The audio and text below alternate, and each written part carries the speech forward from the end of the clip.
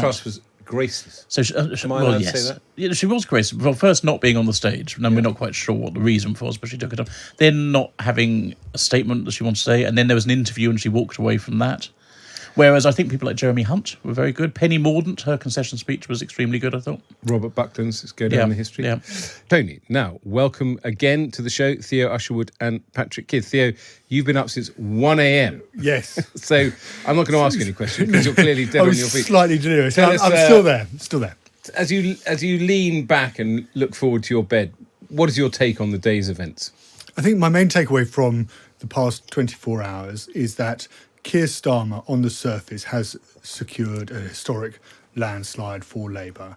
It's not quite Tony Blair, but it's very, very close. And if you look at it, if you look at the result, you would think initially that it is only a good thing for Labour that he has got this sizable majority. However, I don't think you have to look very far underneath the bonnet to see that there are some problems in store. And a lot of people on the left have been dismissing this, saying now that Labour have 5 years to govern and they can get on with it and they don't have to worry about opinion polls and they don't have to worry about Nigel Farage and the fact that he actually secured often 3 times the vote share that he got in 2019 in Labour seats.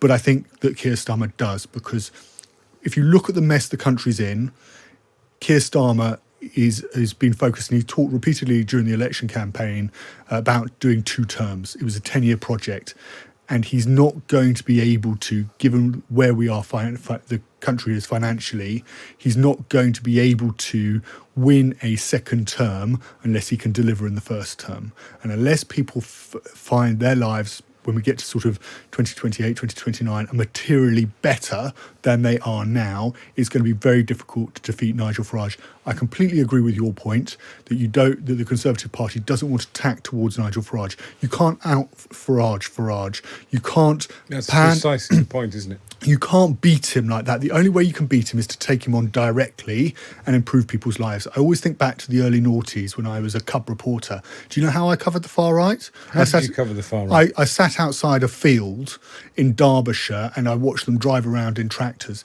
It was under Tony Blair. The country was in a good place. Exactly. They didn't exist.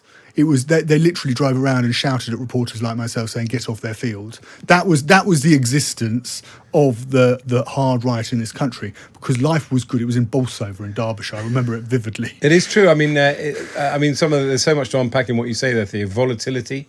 Is this a very volatile electorate, Patrick Kidd, that will swing this way and that? And, are these people, is reform here to stay? I mean, I wonder what will happen, with the French elections are going to legitimise the far right just across the channel.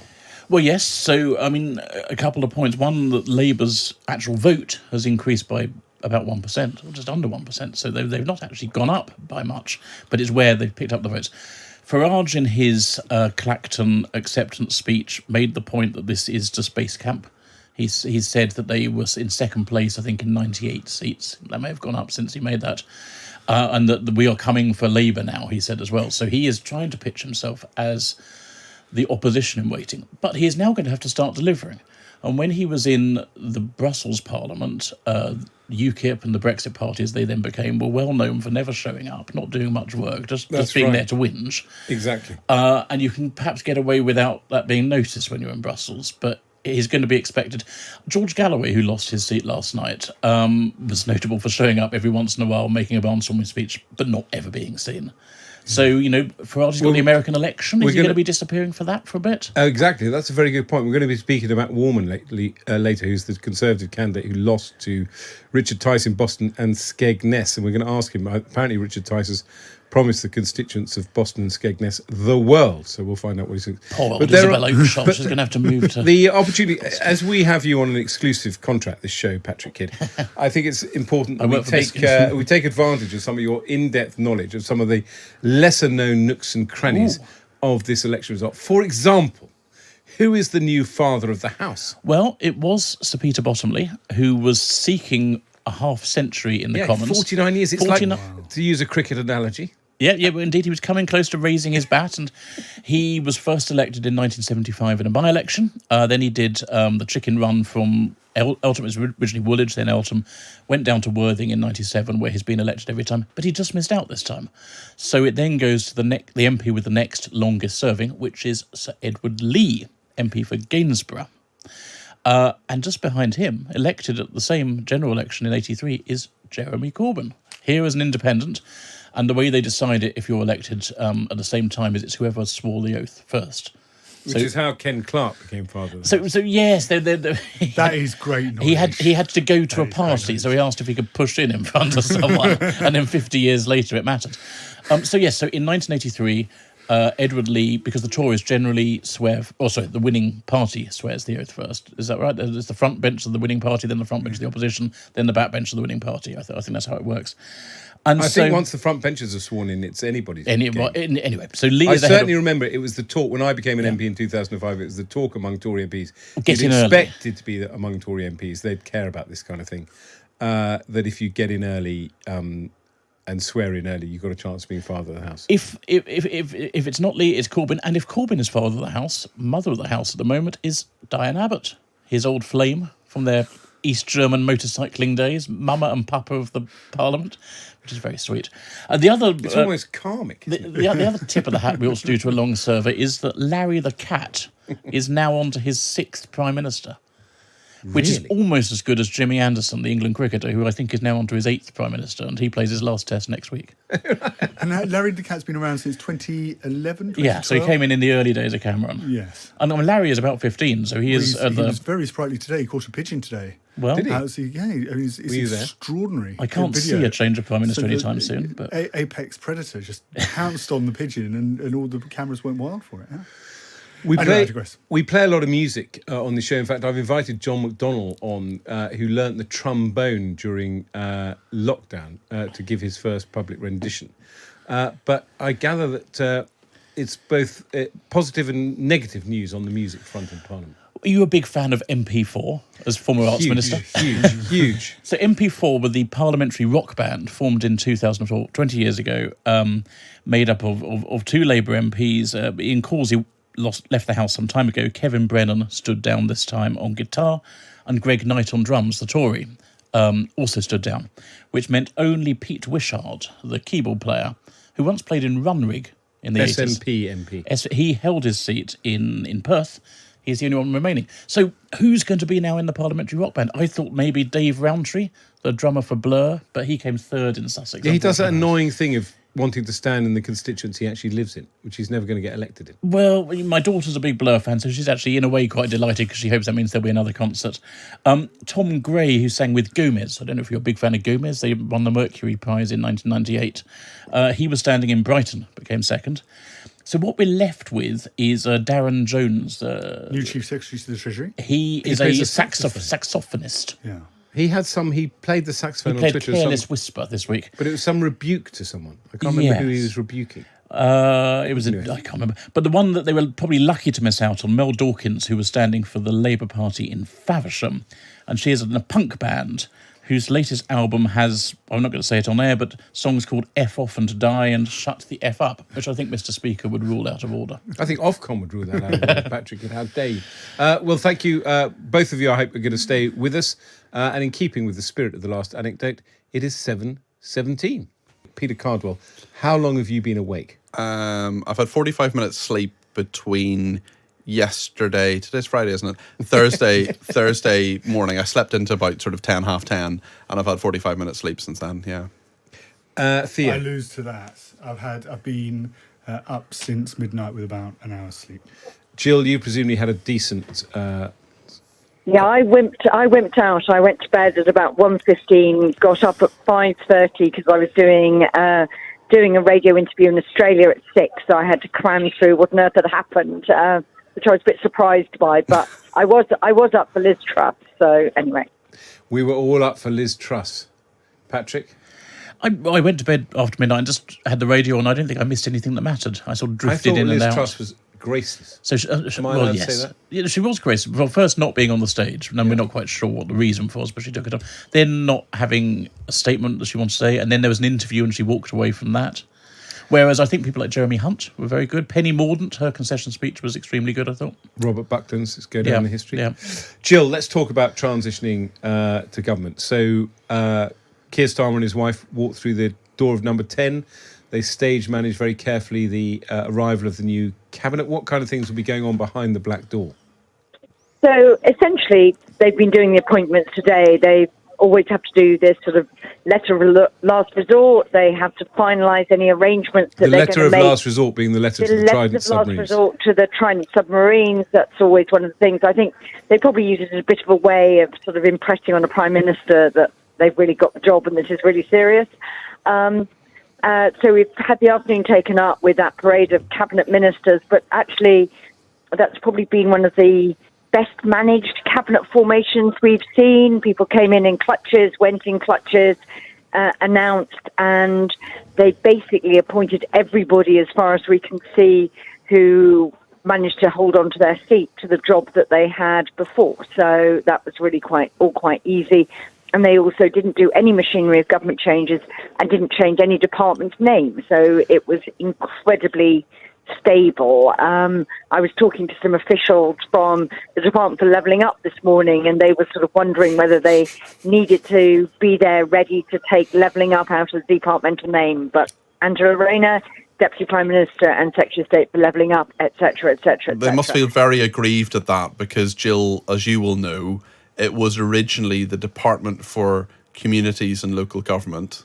Then it became the Ministry of Housing, Communities and Local Government.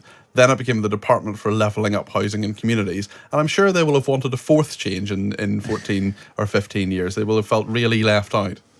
I don't know. I think you win for being in a department. As somebody who used to work in the Treasury, one of the big pluses in the Treasury is it never changes. It changed obviously on the death of the monarch.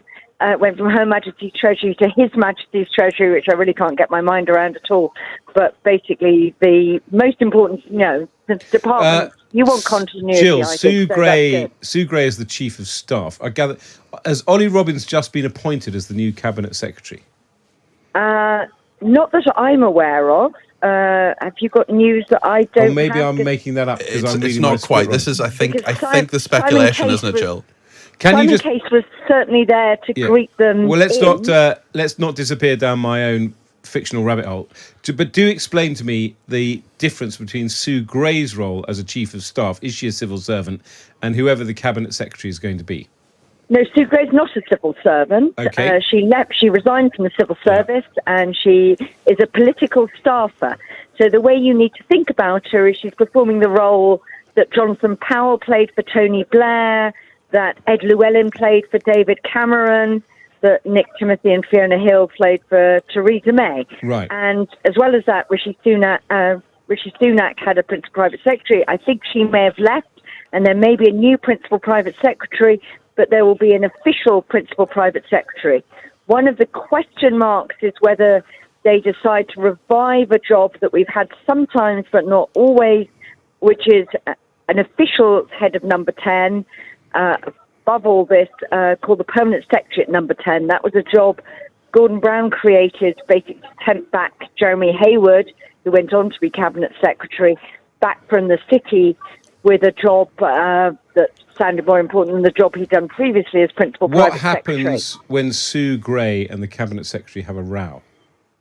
What happens when they have a row? It depends how big a row. It depends whether the relationship is in terminal breakdown. I mean, you will have arguments and discussions quite often between permanent secretaries and prime ministers, but if the prime minister decides he can no longer work with that cabinet secretary, as indeed, for example, Boris Johnson did with Mark Sedwell, he shuffled him aside.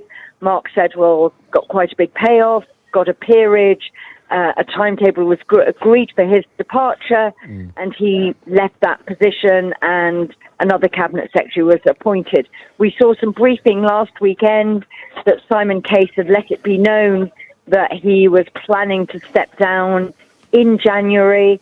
Whether Sue Gray and Keir Starmer use that as a reason to set up competition now for a new cabinet secretary, and perhaps just Simon Case could go sooner. That's possible. I'll just bring Peter in because you've worked with Sue Gray. What's she like? She is an astonishingly resourceful, very headstrong person not to be messed with, but also someone who can be very nice. Can be. Can be. Yeah. Look, I would not get in the wrong Not side. her prevailing emotion. I would not get in the wrong side of Sue Gray. Absolutely not. I wouldn't want to be in her line of sight if I'd done something wrong.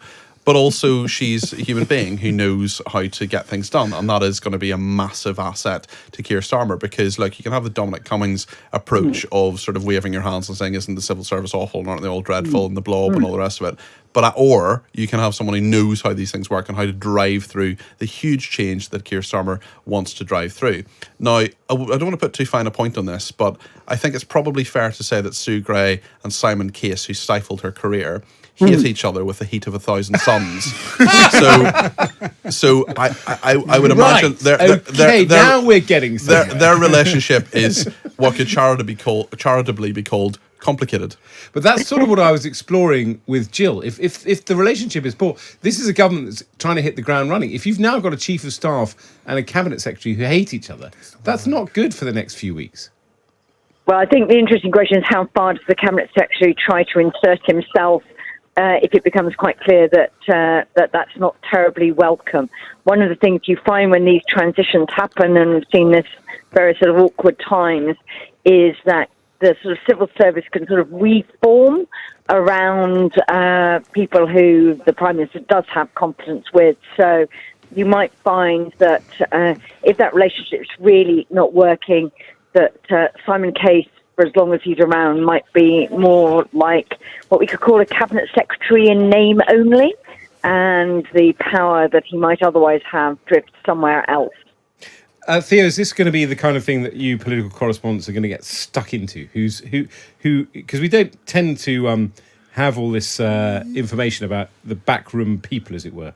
Yes, I think it is. You do want to know what the makeup is, and you're always looking for stories. I mean, I think the other part to it is that, you know, Keir Starmer's come in and said he wants stability, he wants to bring order, and as soon as anybody gets a whiff that actually there's a narrative that runs against what he's promising to do, then people are going to be hunting out those kind of stories. But I do think Jill's point is right: is the civil service does have this ability to find order where there's chaos, and if it's not working, anyway, then you two, Peter and Theo, and Jill, it's my turn to show off.